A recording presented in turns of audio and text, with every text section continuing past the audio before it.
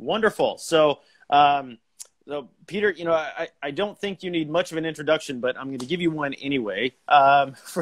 We have people from I know joining us from Europe and from other destinations who may not be as familiar with CBS News. Peter Greenberg is an Emmy Award-winning journalist. He's America's most recognized and honored travel journalist. He's known as the travel detective. He gets guided tours from heads of state in various countries, and his weekly CBS News national radio show, Eye on Travel, is in its 18th season. So you can find him on CBS News TV, CBS News Radio. You can find him on PBS, petergreenberg.com, and of course here on Instagram at Peter Greenberg. So welcome, Peter. Thank you, sir. Yes. Now, Peter, I'm just going to start. You're probably one of the most traveled people in history. So before we get into the specifics of international flying, and I'll just remind people who are joining in now, throw in your questions about international flights and what the future of international travel will look like. And Peter will answer those questions. And we'll get to those in just one second. But Peter, I do have to ask, what is it like for you to not travel? Well, I've now spent more time in one particular location than I have since I'm 17 years of age. I'm now in week 16 here in New York, in the bunker, if you will. And we're doing all of our broadcasts and temporary broadcasting studios right here. You've been over to my office at the CBS Broadcast Center. Right. That building has essentially been shut since March 10th. There's no activity there at all, except for maybe one show being done. So we won't even get back to that building until maybe the second week in September. So the very first time I will travel will be in about 3 weeks. And that'll be within the United States. Do you have a destination in mind, and will it be flying? It will be flying. I'll be down in, I'll be out in Colorado, then I'll be in Florida, and then with any luck at all, out to California. Okay. So do you have any international trips planned or booked? I do. We have planned trips to, but I have to put this in as a qualifier. Right. We have planned trips to Norway, to London, to Portugal, to France, to the United Kingdom, I think, and also then to Argentina. Now, having said that, Argentina's airspace is closed until September. There's a mandatory 14-day quarantine in London. The EU's just banned me from all the other countries I mentioned. So it's all in the schedule, but not until the end of August, early September. Okay. So, the ban brings me to really the first question. We're seeing all these restrictions around the world, the EU restricting Americans, and I think also Brazilians, people coming from Russia and India as well. Should we expect these kinds of restrictions around the world for the foreseeable future? Oh, absolutely. Look, in the absence of widespread testing or a scalable vaccine, everybody wants a guarantee. And it's not just one person or one company or one country. Businesses want a guarantee before they'll let their executives travel. Executives and their families want a guarantee before they'll go anywhere, either on business or leisure. And countries want a guarantee before they'll let us in. And there's no one identifiable, vettable, mutually agreeable, acceptable identity card that's going to do that. Some of the people watching now may be old enough to remember the carte jaune, the yellow health card, which we used to have to carry. By the way, it's still around, to say that we've been properly vaccinated against smallpox or yellow fever or malaria, et cetera. Well, we don't have one of those for COVID-19 because the way the virus is, I can be tested negative on a Thursday and be asymptomatic and give it to you on a Friday. So right now what's happening, it's sort of like COVID theater. There are countries that say, well, you can't come in unless you've tested negative for the last 72 hours. What does that prove? I'll give it the Spanish word, nada. Okay? And yet it's sort of like the early days of the TSA, security theater. So we're just trying to feel our way through all this. And as we're trying to navigate it, everybody's coming up with different rules. And that's the problem. In the United States, we're not the 50 United States. We're the 50 fractured states. Everybody's doing what they want to do because Americans, if you hadn't noticed, we have no discipline. And so it's crazy. So it's not surprising that the EU would issue these bans on American tourists when the numbers are so high. I'm going to give you one number here that's staggering. Yesterday, Wednesday, there were more new cases of COVID-19 reported in Florida than exist in the entire European Union right now. Wow. That's a So sobering now, number. and I haven't even gotten to Texas and California. So Right. the real problem here is, yes, did the United States ban the Europeans from coming in a couple of months ago? We did. So this is not tit for tat. This is not being reciprocal, but it is, I think they had to do it. Right. Now, talking about the theater of this, I've seen United and maybe other airlines as well, but I know United now requires passengers to self-certify their health. All right. Can I give you the answer to that? Please. Garbage. And I'll tell you why. It's only their lawyers getting involved. They're worried about liability, right? The honor system doesn't work, not in this country. So by self-certifying, you're only trying to get the airline off the hook so that they don't get sued later on by saying they knowingly boarded somebody who was positive, right? But there's no check, right? And then you have the physical limitations of the whole airport airline experience. If you really look, yesterday the TSA maybe screened 650,000 people in total in the United States. Last year, yesterday, they screened 2.6 million. So we're only at about 20%. Okay, let's go even to 40%. With social distancing requirements, there's no physical space available at any airport for people to stand 6 feet apart in a security line at TSA. It just doesn't exist. The line would be 1.5 miles long. So the real problem is, are you going to redesign the floor plan or develop an entirely new facility for passengers to get pre-screened before they get to the airport? Because otherwise, getting to the airport 2 hours earlier ain't going to cut it anymore. You're going to have to get to the airport 4 hours early, and it's not going to be pleasant. And that's only with 40% traveling. Right now, we're at 20. Yeah, the only comparable situation I can think of, and I don't think it's close, but after the terror attacks in Brussels, they almost built at their airport like a second entrance, like an auxiliary entrance. This kind of makeshift temporary facility. But I can't imagine that being. We're dealing with the true limitations of physical space, not just at airports, but within the airplanes themselves. So when we see the stories about the dreaded center seat, let's not kid ourselves. Airlines, the design of an airline cabin and social distancing are mutually exclusive. You cannot widen the cabin. It doesn't work. Okay? So even if you kept the center seat open, the actual distance between you and the window seat and the other guy in the aisle seat is only 30 inches. That's not 6 feet. That's 2.5 feet, right? So it's cosmetic. Not to mention, you're only 14 inches in front of or behind the guy who just sneezed. So maybe without a mask. Maybe without a mask. Well, that's another issue we can get into. So your problem right there is, do not be surprised as more and more airlines announce, oh, by the way, we're now going to fill the center seat, right? American Airlines has announced it. United's already doing it. Airlines like Delta and Southwest have said they're not going to fill that seat until September 30th. And that sounds easy to do if you're only flying at 40% occupancy to begin with.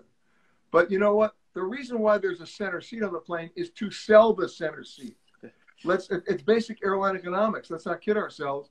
And you can be delusional thinking that somehow it's going to magically disappear, right? That is magical thinking. I mean, you need to go get some therapy on that. There is going to be a high likelihood in the next 3 months, if you travel, that you will be in that center seat next to the two sumo wrestlers. That's the deal, guys. So just live with that. And that goes for domestic and international flights, correct? Oh, absolutely. Because the airlines, well, look, it's basic law of supply and demand. The airlines have already said they're going to come back smaller, and they will, substantially smaller. They're dropping routes right now, and on September 30th, United, American, and Delta are going to fire thousands of pilots, thousands of flight attendants, because September 30th is the last day they're required under the federal bailout to keep those people employed. So far, the federal bailout has allowed the airlines to fly essentially a lot of empty planes. That doesn't make any sense. It's not financially sustainable. And when September 30th rolls around, you're going to see a lot more people added to the unemployment rolls, and the airline shrinks. So the people who are left to fly on the shrunken airline will be finding much fuller planes. And there won't be another government bailout passed before then to change that. Well, there might. They're being lobbied. They're being lobbied to do it right now because we can all see the black clouds forming. We can all see the storm coming. It's not. It's look. Delta Airlines has already told their pilots. Have already told 2,500 of their pilots, you're going home on September 30th. American Airlines just told their flight attendants, we have 8,000 more flight attendants than we need. They're giving them a head start. They're letting them know it's coming. Now I'm letting you know it's coming. Okay. And will we see similar cuts with international airlines? I mean, I've seen Lufthansa has announced over 20,000. Sure. Okay. You've already seen it with British Air, with Lufthansa. The airlines are getting bailed out, a number, though, at least on the international stage, by their own governments who are not known for their expertise in running airlines. But they can look at the numbers. And so, British Airways is playing with 38,000 jobs that may or may not survive. Alitalia just got bailed out by the Italian government, KLM by the French, KLM and Air France by their respective governments, Norwegian by theirs. It's not going to be a pretty picture because when the accountants run the asylum, everybody goes crazy, and that's what's going to happen. You're going to see huge cutbacks. American Airlines this morning just announced a 25% cut in all of their international long-haul destinations. So that's huge. We're talking American Airlines to Asia. We're talking American Airlines long-haul to many parts in Europe. Yep. And I see a question here. Somebody just asked, what about some of the hubs? So I'm guessing a lot of some international hubs you could lose. So American, Dallas is still going to be major, but maybe somewhere like Charlotte could get hurt a little bit. Or Charlotte's going to get hurt. So is New York. America would love to move most of their international operations on the East Coast to Philadelphia. That's what you're going to start seeing. But you'll see other hubs that are going to completely get decimated, like Cincinnati for Delta, and some of their long-haul service out of there. So it's happening. Okay. Well, this is a grim picture already, and it sounds like it's going to get worse before it gets better. It will get a lot worse before it gets better. This year is a gap year, whether you like it or not. It's a forced gap year. International travel from the U.S. does not exist this year. Don't think it will. You may get some limited increases down in the Caribbean as those countries open up. But for Western Europe and the Near East and the Middle East and Africa and Asia, read a book, stay home, because you're not going. Okay. It's just not going to happen. The money that's being lost is astounding. For this summer alone, $100 billion that Americans would be spending just in Europe is just not going to materialize. That's serious. That is very serious. On every level: hotel, airline, rental cars, limos, trains, buses, tour operators, resorts. Nobody escapes this. Right. Sadly. And so for the people, though, who do want to travel internationally, what is that experience? So what is that experience like right now? Let's start with that, and then we'll peer into the future a little bit. If you're traveling internationally right now, what can you expect? Well, there are countries you can go to as an American right now. You can go to Serbia. You can go to Croatia. You can go to those non-EU countries that are not on the list. The Caribbean is opening up as of yesterday. So the Bahamas, Jamaica, St. Lucia, Puerto Rico, not a country, but a protector of the United States, they're open. I mean, so there are places you can go without getting killed. And for the passengers then on the planes, what is the airport experience like, and what is the in-flight experience? And then also customs and immigration. When you get somewhere else, sure. What do those things look like right now? Well, there's no one answer for that, but I can tell you this.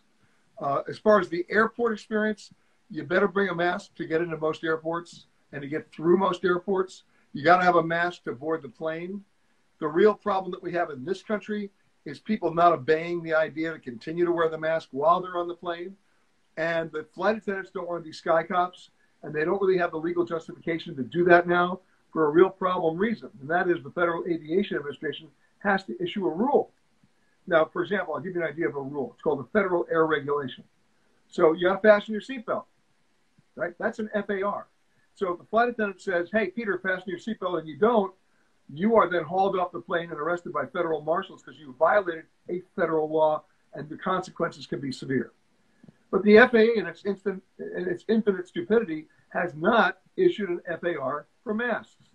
So if I don't wear the mask and you, as the flight attendant, ask me to wear the mask and I go, screw you, all the airlines would do is threaten to say to me, okay, from now on, we're going to put you on our no-fly list and you can't fly on this airline anymore. But even in their announcement to do that, the airlines were very, very cagey about it. They never told me how long I was going to be on the list. You know, why would you ban all these people when there's nobody flying to begin with? So the point is, it doesn't have a lot of teeth. And until the FAA makes that an FAR, there'll be a lot of people on planes who are just being idiots. And by the way, it's politicized. It has no reason to be politicized. This is not about a red state problem or a blue state problem. This is a safety and an intelligence problem. And if you're not wearing the mask, you have a problem of intelligence. You should be arrested for refusing to be intelligent. And no disagreements there. I mean, those who are familiar with the Blacklane service know that to ride in a Blacklane vehicle now, the chauffeur has a mask, and Right. guests have to wear a mask. If they don't have one, then the chauffeur will provide one. So, I mean, this is just at a minimum, a common courtesy in travel, Right. but at a maximum, it's a public health issue, and people need to know that that those taking care of their transportation are being safe and will keep others safe, and guests need to do that as well.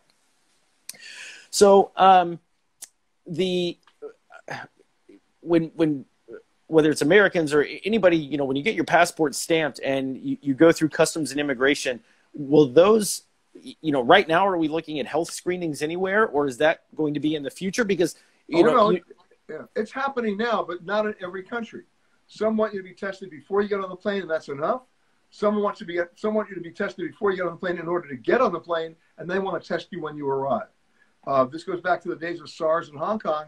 I could not land in Hong Kong without getting my temperature taken. It's just the way it was, right? And more countries are going to have the technology to do that, and do it either with biometrics or other readers that can make it a somewhat seamless experience and not create additional delays. Okay. But yeah, I can imagine that still the first time there's a new process, you know, the first time that people have to line up for temperature checks and these things, you could see some delays, or you could see some friction in the arrival process overseas. Oh, listen, as well-intentioned as this is and as necessary as it is, anytime you give somebody the opportunity to validate their job, they're going to do it, you know, and so be prepared for that. You got to just plan for it. Right. We had a question on Instagram on the post promoting this from Trusted Travel Girl, Valerie Joy Wilson, she was our guest last week talking about solo travel. But she asked, what services or amenities will we lose on board following COVID? I mean, I can't imagine that there's a lot of meals and a lot of drinks going around now.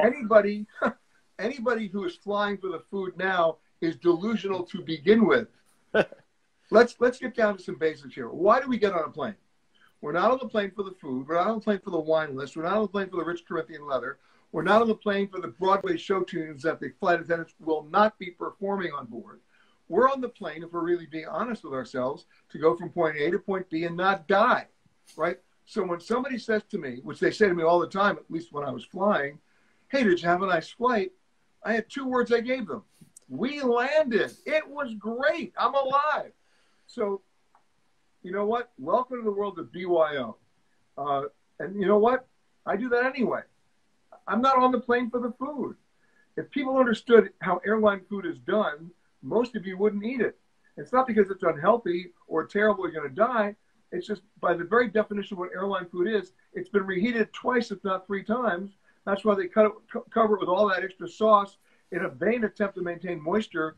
I mean, you want to wear that? I don't. So the point is, you hydrate yourself, fruit, water, not alcohol, bring your favorite movies and download them so you can watch them on the plane. That's it. Remember, you're not on the plane for the gourmet experience. Having said that, a number of airlines in the short term have made a conscious decision to take all alcohol service off the plane. And the reason for that is twofold. One they want to talk about, one they don't. Tell us both. I will. The one they want to talk about is they want to limit the contactless opportunities for the flight attendants not to be in contact with passengers. I get that. The one they don't want to talk about is this. a lot of people now who are afraid of the situation. It's a very fearful environment. It's very intense, looking around the plane and seeing everybody in masks. People are nervous. Let's throw some alcohol in there at 35,000 feet. What could go wrong? So they're acting on the side of caution. Now, some airlines are going to be bringing that back because they've had huge, backlash from passengers saying, "I want my drink." And so Delta is now reintroducing the alcohol. Some airlines haven't done it yet.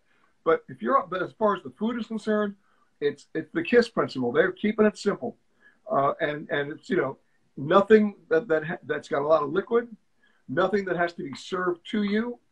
It's going to be prepackaged. You're the one who's going to open it. Your utensils will be wrapped. Some of us may remember after 9/11, we didn't even get utensils that weren't plastic because of the fear of terrorism. So we've been through something like this before. But look, if you have a favorite food or a snack that's not a liquid, bring it. The only thing that you're allowed to bring right now that's a liquid through security is the TSA has changed the rules. You can bring up to 12 ounces of hand sanitizer. You can go nuts on the plane. You can clean everybody. But other than that, please don't think that first class means you're going to be having the Dom Perignon and the caviar. It ain't going to happen right now.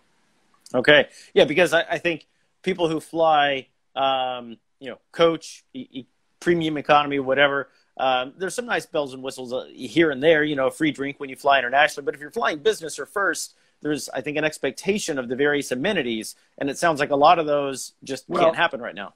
I will make this prediction. When this is all said and done by next January, we're not going to see first class anymore, with the exception of maybe 3 or 4 carriers. It's all going to be a 3-class plane. It's going to be business class, premium economy, and coach. That's it. Wow. And and the airlines that would keep it would be what, like an Emirates or Qatar? Emirates and Qatar will definitely keep it. Lufthansa might. Singapore might. Everybody else, if you look at the way businesses are financing their travel these days, very few people are authorized to fly first by their companies. Nobody ever wants to spend their own money to fly first. Everything else is an upgrade. So in terms of passenger yield and actual bottom line income from the airlines, there's no upside for them for first class, except on the New York to Los Angeles route. And the reason for that is because of all the movie contracts with the studios and the Directors Guild, the Producers Guild, the Writers Guild, the Screen Actors Guild, that requires their members, if they're flying on movie business, to fly first class. So really? That's the only reason why American, United, and Delta have real first class on the transcon flights. It's to support the entertainment industry's requirement to fly them first class. Does that same require? Yeah. Oh, sorry. Please go ahead. No, if those contracts weren't in place, it would be business and coach. Period. Huh. I wonder if those contracts also include a chauffeured ride, but I have a selfish interest in that question. I'm shocked to hear that. Yeah. So on another practical sense, for people who are flying internationally now or domestically, how early should they get there? I mean, airports would always say before, domestic, get there 2 hours early to be safe, and international 3 hours. But I mean, practically speaking, very few people did that. But now, should they really do that? Until we can figure this out from a physical design and space perspective, I get there 3 hours ahead, even with the lower passenger numbers, because it's a brave new world for everybody right now, and everybody's trying to figure it out. I mean, the TSA doesn't have all the answers. We don't have all the answers. The airport officials don't have the answers. The airlines don't have all the answers, and they still are trying to board their flights. So do it that way, and do what I do. I mean, on domestic flights, I haven't checked a bag in 9 years. I believe there are only 2 kinds of airline bags, carry-on and lost. And so what I do for the last 9 years is I FedEx my bags. And you can do it with UPS or any one of 17 other courier services. But I FedEx my bags so that I'm not schlepping anything to the airport and I'm not waiting a baggage claim. I saved 2.5 hours of my life pre-pandemic just by doing that. And for about $25 to $30 more than what the airline wants to charge you for checking your bag or losing your bag, I saved 2.5 hours of my life. And when I get back home or I get to my hotel room, guess what's waiting for me? The bag. So something you might want to think about. Yeah, that's a great tip. somebody just asked Wolf Spitz here what the conversation is about. She must have joined us midway through. So we're talking about the future of international flights, but there's so much overlap, of course, with just flying in general, whether it's domestic or international. So if you have a question, please put it in, and Peter will give it his best shot, and probably have some background that I never would have even considered before, like the airplane food being reheated 3 times and all those things. One aspect that many travelers, when they fly internationally, they think about travel insurance. But now, does travel insurance cover and your personal health insurance? Maybe it's the same, maybe they're different. But when you travel internationally now, is COVID-19 included in there in terms of if, just say, you're an American and you go somewhere that's open in the Caribbean, but then, airlines say they close the borders and you're stuck somewhere. Does travel insurance bail you out for that? Well, here's the biggest problem. And we're dealing with 2 of the largest sources of complaints that I get. And we're talking in the thousands of emails as a result of what's happened with COVID-19 are in 2 areas: travel insurance and inability to get refunds from travel providers who canceled their hotel, tour operator, airline, train, bus, whatever. Yep. That's another issue. But as far as the insurance is concerned, travel insurance companies should be ashamed of themselves. For anybody watching us, you know that if you go online to book your airline travel, you cannot complete the transaction without either opting in or out of travel insurance. You have no idea what it means. They let you think it's going to give you peace of mind, so it cancels or you cancel, you get some money back. Total garbage. Absolute garbage. And you have to either opt in or out. And what you think you're buying is trip cancellation and interruption insurance. And you are. However, you're not looking at page 95 of their website. Nobody's even getting to page 5 of their website. You have no idea about what the exclusions are. About 80% of the people who bought that insurance found out how worthless it was. Because somewhere buried in their hieroglyphics of policy language was a clause saying, we don't cover for pandemic. So why would you buy it, right? And there's so many different other kinds of insurance, one of which is called medical evacuation or repatriation insurance, which everybody should have. But the stuff that you see on the websites is almost always trip cancellation and interruption insurance. And if you don't get somebody to interpret those hieroglyphics for you, why would you ever buy it? My suggestion is never buy it on the website. You can always buy it from a third party. A travel agent can sell it to you, because the travel agent can then explain it to you. Because if you don't know what you're buying, what you think you're doing for expedience ends up being stupid and worthless. So that's the first thing. The second thing is, I'm waiting for an insurance company to finally tell the truth and to price it appropriately. The truth, by the way, can be more expensive, but it's still the truth. And what I mean by that is the insurance company now knows, or the insurance companies now know, that they have an opportunity here to write policies that actually cover you for this stuff, and I'll pay the appropriate premium. Just don't lie to me. And that's what they have to do. If they don't do it, then they've declared war on me, and I will fight back. And that's what I've been doing.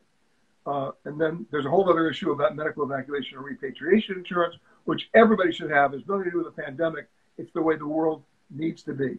And there are a number of great companies out there, MedGen Assist, Travel Guard, and many others that sell a very good policy. Again, there are exclusions in those policies in terms of age or pre-existing medical conditions, but read it thoroughly, buy it from a third party who can talk to you about it, and then know if it's for you. And you mentioned travel agents. I would think, you're just talking about how helpful travel agents can be. I'm presuming, and we've heard from Johnny Jett and others, that travel agents will be more, better used and just more often used now because of their ability to explain things to you and get refunds when these things happen. So intuitively that makes sense. But do you really see that more people, especially for international flights, will book with travel agents once international travel picks up? Here's the lesson that I hope everybody's learned. The one thing we've lost in this country, and maybe even around the world, is the art of the conversation. The internet is not your friend. It cannot answer questions. It only thinks in a linear way. So we found out very quickly during COVID-19 how bad that internet transaction was when we couldn't talk to anybody, when we couldn't get an answer, when we couldn't get anybody on the phone, where customer service didn't exist. And they all kind of hid behind a bunker claiming it wasn't them, it was the airline. But they were the agent of the airline, weren't they? They certainly weren't acting as my agent. The travel agents get a big shout out from me because they were working 18 to 20 hours a day trying to get their clients their refunds and their money back, in which the travel agent received absolutely no revenue from that. In fact, they lost money on that because their commissions went as well when they gave you your money back. So they get a big shout out from me, but there are lessons there that should be learned no matter whether you're buying a $59 ticket on Southwest or a $5,000 cruise. Having that conversation and having the ability to have that conversation when something goes wrong is priceless. Yeah, that's couldn't have said it better. That's the nature of that interaction. I mean, you've mentioned multiple times they can just explain 95 pages to you and tell you what you need to know. And by the way, if the agent can't explain that to you, get another agent. Yeah, good rule of thumb. So we've had a few questions come up on, if people will be able to travel from the EU to the UK. Also, if you think, Europe will at some point open, in 2020, open to U.S. travelers. I'm sure you're getting these crystal ball kind of prediction or questions all the time. Is there I welcome any predictions you have, but is there a way that we can also think about these? So, there are. First of all, we start with phases. First, there's the travel bubble. You're seeing that in New Zealand and Australia right now. Australia will not be open to U.S. passengers until January at the earliest. But if you live in Australia or New Zealand, you can travel between the two.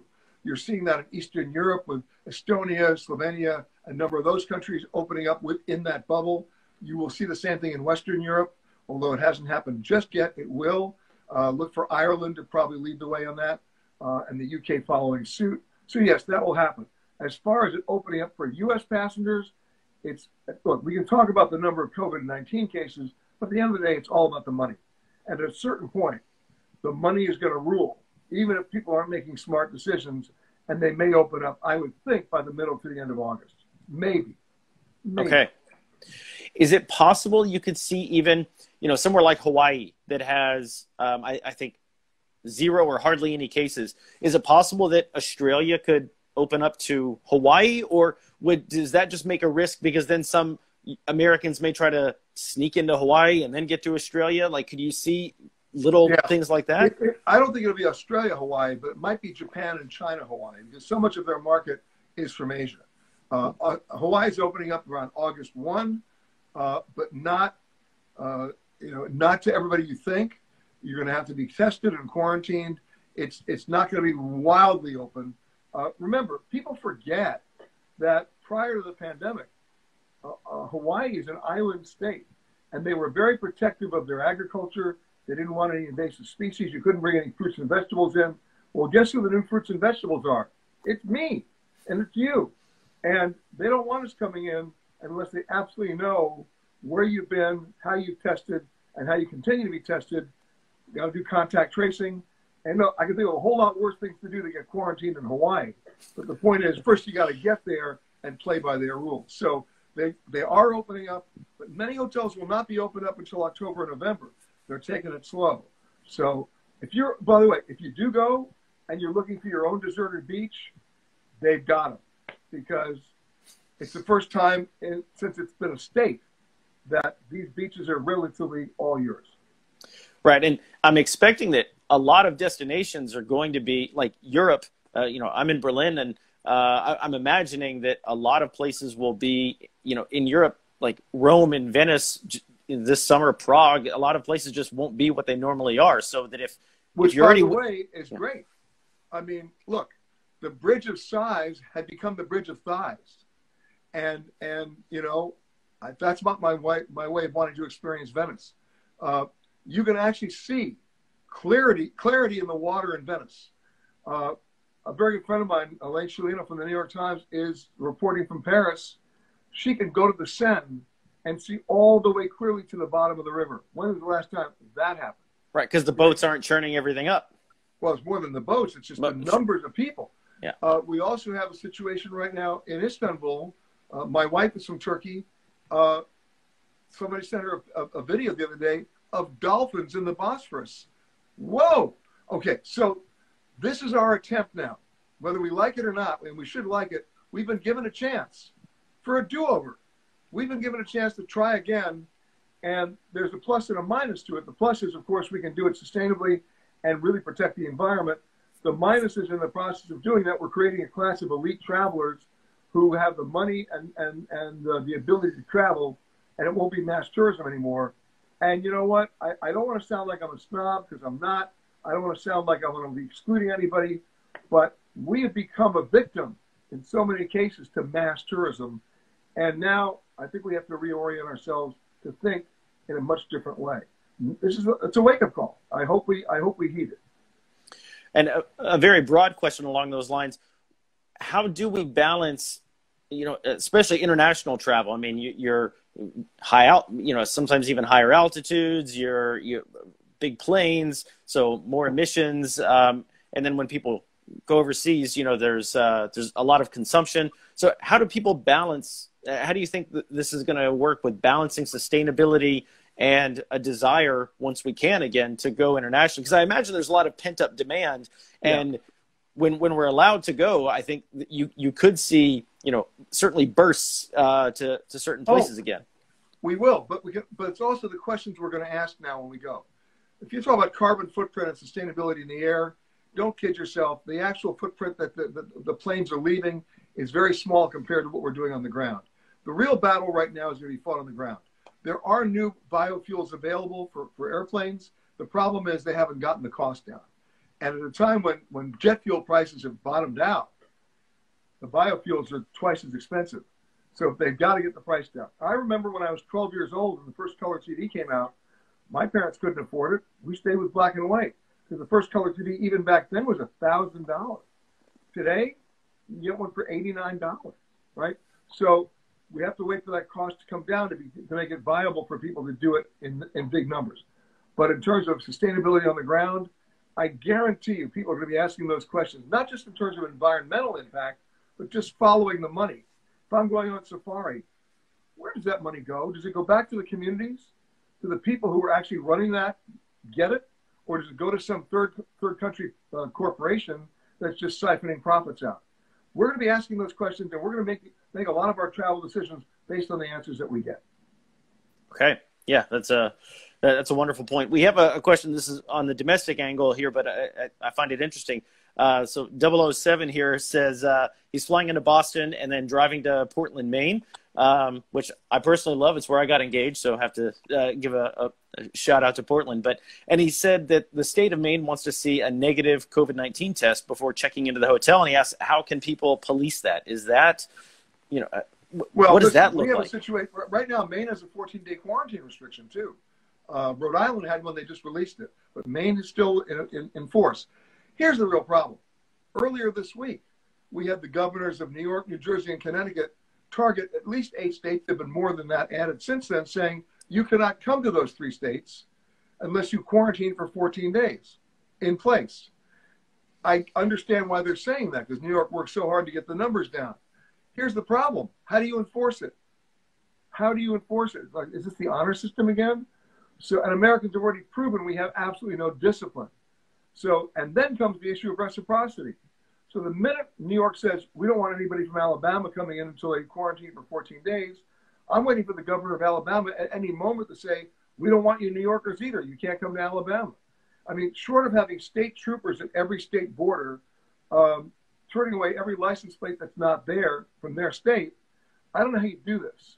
So the answer to your question is, I have no clue how they're going to enforce it. Okay. Yeah, so there's some regulations, like you said earlier, where we need government to do a little bit more. It sounds like, with the FAA to make the mask mandatory. But then there's other areas where they make laws that can't be enforced. So there's a few things are off kilter. Here's the real issue, and I don't want to get into a political discussion, but guess what? I'm going to do it. Here's the deal. This is not a problem. COVID-19 is not a Georgia problem. It's not a Nebraska problem. It's not a South Dakota meatpacking problem. It's a United States problem, and it's a global problem. We needed leadership at the federal level to make the rules for every state simultaneously and then enforce them. That did not happen. And look what we have now. Look what we have now. And how do you put the genie back in the bottle? I don't know how you do it. The horses have left the barn. I can think of all the symbolism you want right now. The problem is we have a real problem. And it's not going to go away soon. There's the reason why the EU has banned Americans, because they saw what the numbers did. Yeah, yeah. Just a couple more questions, and then we'll let you go. But seeing the question about somebody going from Boston to Portland, yeah.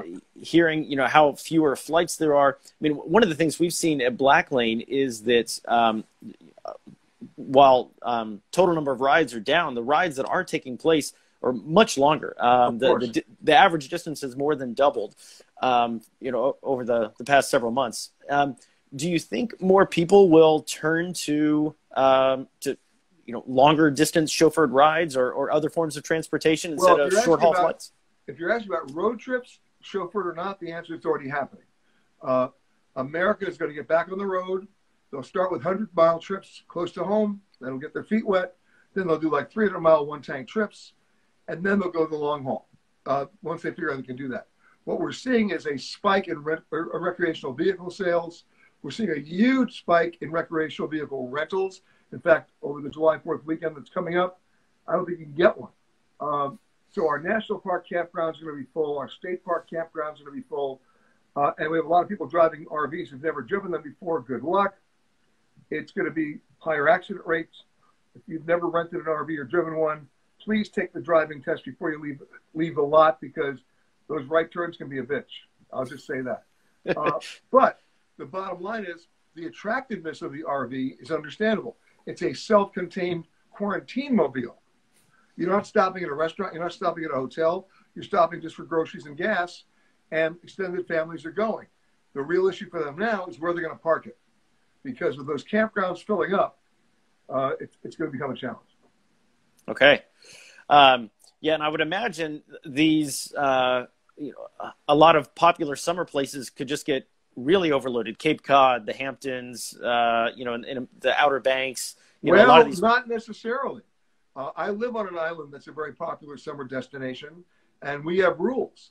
And the rules that have been enacted are that, you can go out, eat on an outside level, not inside at a restaurant, but you can't, take liquor away. And that's a more important thing. And if you have no place to stay, you got to go home. You can't, we have limited hotel availability. So instead of like thousands of people crowding into a bar, that's not going to be allowed. So the sheer number of people coming has dropped significantly. The ferry schedule has been cut by 2/3.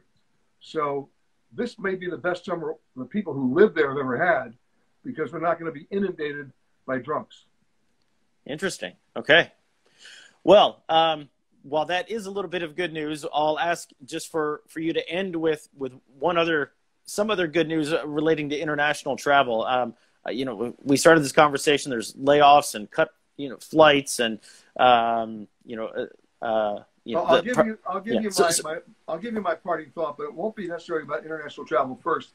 It'll be about domestic travel and then international travel.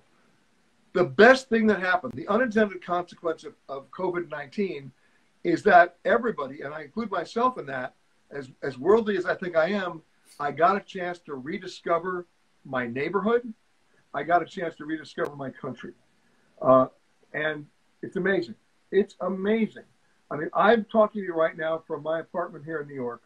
I've lived in this building since I'm 6 months old. Seriously. I think I know my neighborhood better than anybody. Guess what? I didn't. Because it started me from, I was doing daily walks, right? No cars on the street, deserted. I could walk. And as I walked, I saw things I'd never seen because I was either in a cab or a subway before. And for example, 6 blocks from here at Central Park, there's a beautiful bronze monument on the wall. I'd never seen it. Never. And I walked by it and I stopped. And ironically, the day I stopped to see it, I mean, I didn't plan it this way, was April 12th, about almost 3 months ago. And what was it? It was a monument to a guy named W.T. Stead, S-T-E-A-D. Everybody should look him up. I didn't know who he was. I had no clue. But there was a small little inscription on the monument, and I started reading it. Oh, my God, what a story. This guy was the father of investigative journalism. He was coming to New York for a peace conference invited by President Taft, and he was a passenger on the Titanic. And he went down with the ship. And I now start reading about him. Unbelievable stuff. It's 5 blocks from here. I never knew. And that has now expanded. My walks are now longer, and I'm learning more. So that's the first unintended consequence. That's great. And you want to expand that domestically. Americans now get a chance to do something that they never have done before, right? And if they have, it's a long time ago, they get to rediscover their country. For international travel, the real unintended consequence here is now you get to really plan a trip by doing your homework for next year. Plan it now, fly next year. But do the planning now. Book it now. Get everything locked in now. With a travel agent. Yeah, huh? with a travel agent. Why not? Why not? Yeah. So I won't hold you to it, but you're predicting then that by a year from now, July 4th weekend next year, international travel will be at least permitted globally again. It'll be permitted because the economic issues won't allow it to be otherwise. However, I can't tell you that there'll be a scalable vaccine or a workable vaccine at that time. I think the real future lies not in vaccinations, but in therapeutics and management. And as long as we understand that, like dealing with any other flu or any other disease, we'll be able to go forward. But right now, the liability issues, the lawyers, the waivers, and the sheer fear that people are feeling, if you think you're going to be traveling internationally before January, it's probably because you're in the military and you have to. But for everybody else, rediscover your own country right now. It's worth it. Well, and perfect way to end the conversation with July 4th coming up for all of the folks watching from America. A perfect time to really rediscover America this weekend. And I'll tell you one other thing that nobody knows. You know, we've been seeing all the stories in the last 2 or 3 weeks of all the monuments that are being pulled down about people wanting to know, why we still celebrate Christopher Columbus or Jefferson, right? Okay. Well, there's another monument that everybody looks at on July 4th. It's called the Statue of Liberty. And nobody knows the history of that. I'll tell you the history of that. Please. The Statue of Liberty was not a gift to us from France. Not really. It was commissioned in Egypt. And Egypt built the Statue of Liberty. And then they ran out of money. Had a budget problem. And it sat there. And I'm not going to tell you the end of the story. Everybody else has to go figure that one out. Okay. Well, the one trivia that I can add to this, though, is if you go to Colmar, France, you see a replica of the Statue of Liberty there, because I believe it was the man who designed it was from Colmar. So so when I drove in, it felt very familiar to see the Lady Liberty in the roundabout as you came into the city. But here's another tease. When it was built in Egypt, when they ran out of money, nobody wanted it. So do your homework on this. Okay. Will do. Maybe we'll put a link or two in the blog post that summarizes this. But we'll make people still have to read it, but maybe we'll point them to where they can. So you got it. Peter, thank you so much for your time. Yeah, really appreciate it. And we'll put this on Instagram. We'll save this so people can go back to it.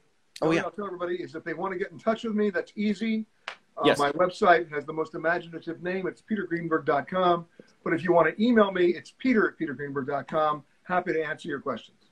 Yes, and I'll just give a plug. Peter, you've probably done, is it up to 20 now, videos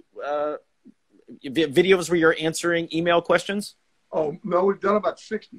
60. Okay, sorry. Oh, yeah. I knew it was in the dozens. So, yeah, so I would just vouch and say that when people send in their questions, you read them and you answer them. So, yeah, so by all means, everybody go to petergreenberg.com. There's a newsletter you can sign up for. If you want to know anything in travel, flying, cruises, RVs, hotels, you name it, it's all covered on there. So I cannot recommend petergreenberg.com highly enough, and really appreciate your time, Peter. Thank you so much. You got it, guys, and enjoy the weekend. Thanks. You too. Happy 4th. Bye.